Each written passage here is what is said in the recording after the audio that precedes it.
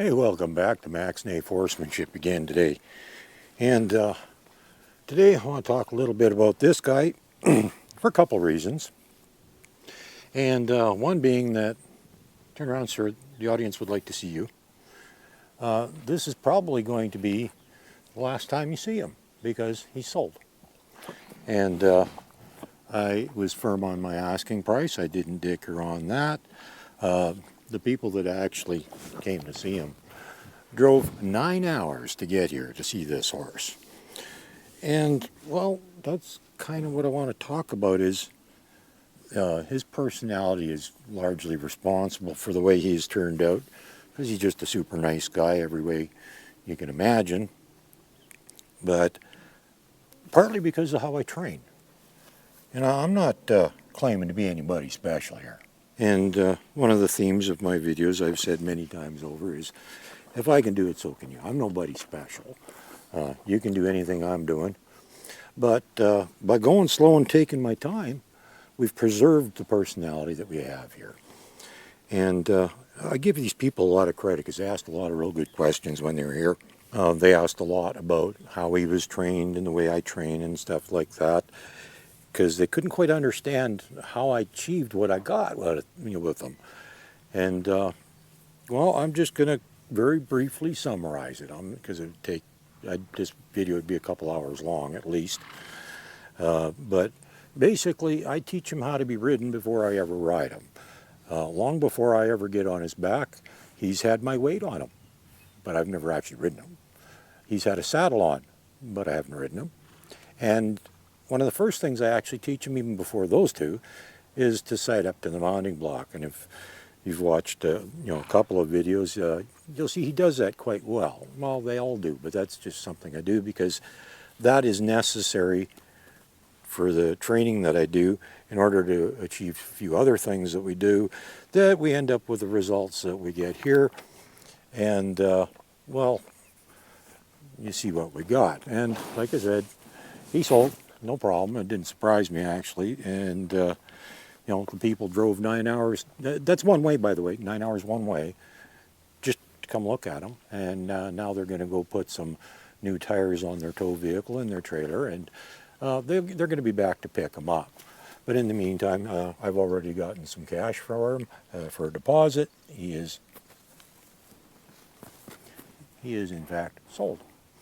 And like I said, one of the things that they asked me too is how many horses I train for myself and for other people and everything else. And it's like, whoa, I'm not a trainer. I don't do this. This is a hobby. This is just a hobby. You have to understand this. And I think a lot of you watching these videos will probably have a similar idea too, is, no, I'm not a trainer. I'm a horseman, not a trainer, and there's a difference, but I'm not going to elaborate on that right now.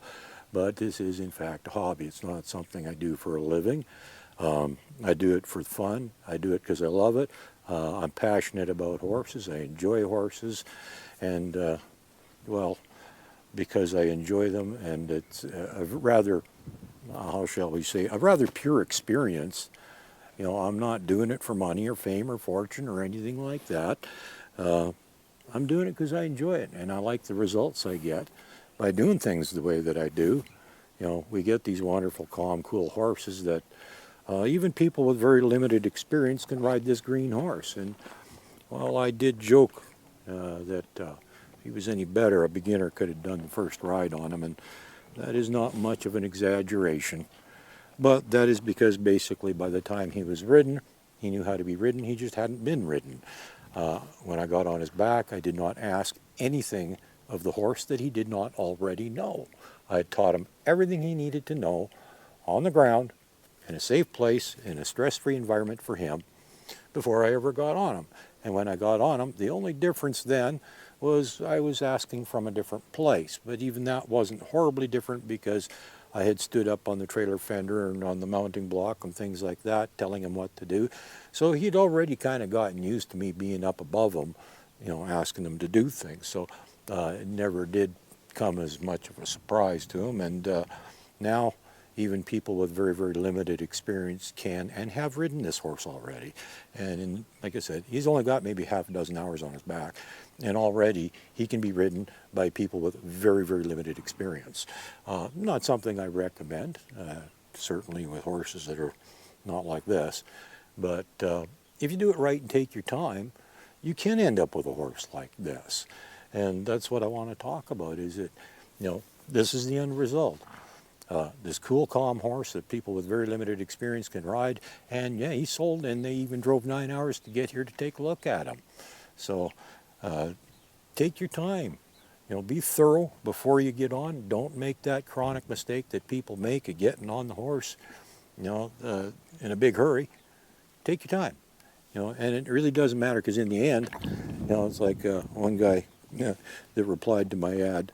I wouldn't have sold it to him no matter what, but he was going on about how if I don't speed things up, he's going to be 20 before I'm finished. Well, he doesn't realize I'm already finished, because I did take my time, that there's nothing left to do now. It's all done. Other than, you could maybe teach him something else. Well, actually, at his age, if you wanted to go in some more specific disciplines, you could easily teach him something else. He's young enough and green enough. And actually, even at an older age, horses can learn. They never stop learning. And it wouldn't be impossible to teach him additional things or different cues than if you preferred to do things differently than I do. Since there is a cue that works, it's not hard to teach another cue. So that's just what I wanted to share with you. I just wanted to share you this nice little fella here. Last time you're going to get to see him, because he's not going to be with us anymore, because he is in fact sold.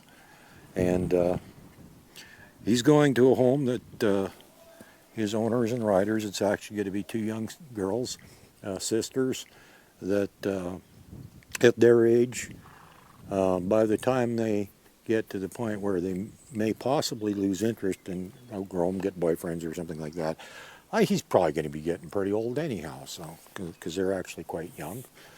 So I think he's going to make a lovely companion for them. The kind of riding they want to do with them and everything else is totally suited. He's going to be a wonderful companion horse. He's been ridden by them, so we know how he behaves for them. And they're going to have some one-on-one supervision and instruction from a coach while they're learning, which is great. With a green rider and a green horse, typically that is a very bad combination. I would never ever recommend it. But in this case, like I said, with the one-on-one supervision and instruction and his personality and training, I think we're going to be okay. So just one last shot. Last time you get to see him, take a good look. Have a good day and take your time. This is what you get. Bye now.